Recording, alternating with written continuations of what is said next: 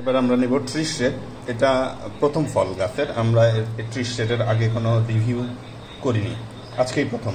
আমার ফলটাও তো আমি রিভিউ করতে চাচ্ছিলাম, আজকে তো কালেক্ট করে আনতে পারলাম না। এটা আমরা রোল বিয়ার করবো ইনশাল্লাহ, আরেকটা 30-এর রিভিউ করবো। আমিন ভাইয়ের ছাদ বাগানে হয়েছে আরেকটা ফল, ওইটার গঠনটা চেয়ে ভালো বলেছে উনি। এটা 400 গ্রামের উপরে ফল। আমরা কত মেজার করলাম? এটা এরকম 400-এর কাছাকাছি।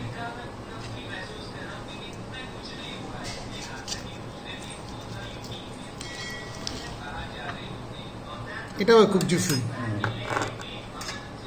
আপনি দেখেন কাছে যদি ছবিটা নেন, ডিপ রেড সিমিলার, কাছাকাছি।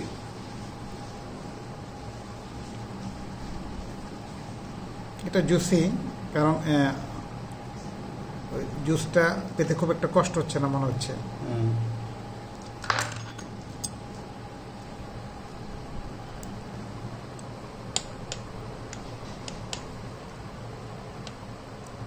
একটু ওয়েট করবেন, জুসটা যেতে একটু সময় লাগে।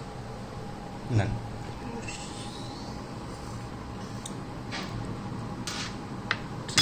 ডেজার্টের আগে ভালো পাইনি, 10.5। ঠিক আছে, আমরা খেয়ে দেখতে পারি কেমন।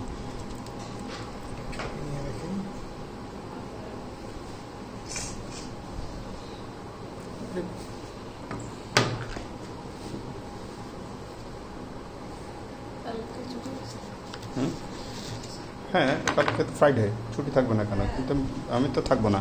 না না কেন,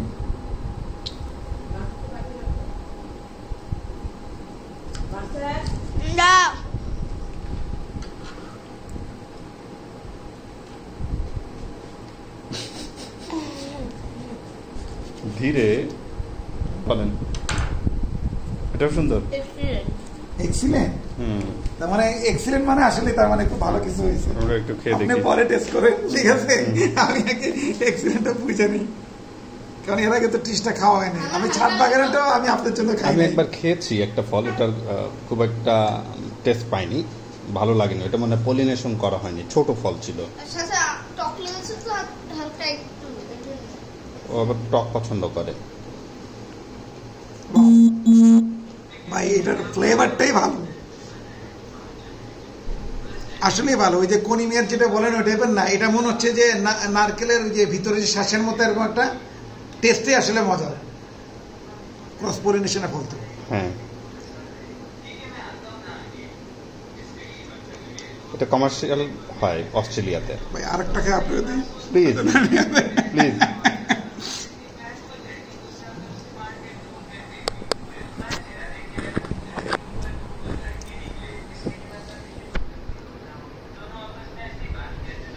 একটা নারকেলের একটা এটা আছে না, যে ভিতরে একটা শ্বাসে একটা মজা আছে না? কি কথা কিছু বলেন আপনি? আপনি কি এই পরেরটা খেয়ে তারপর রিভিউ দিবেন? এর আগে যে খেয়েছিলাম এত জঘন্য লেগেছিল, কিন্তু এটা আমার মানে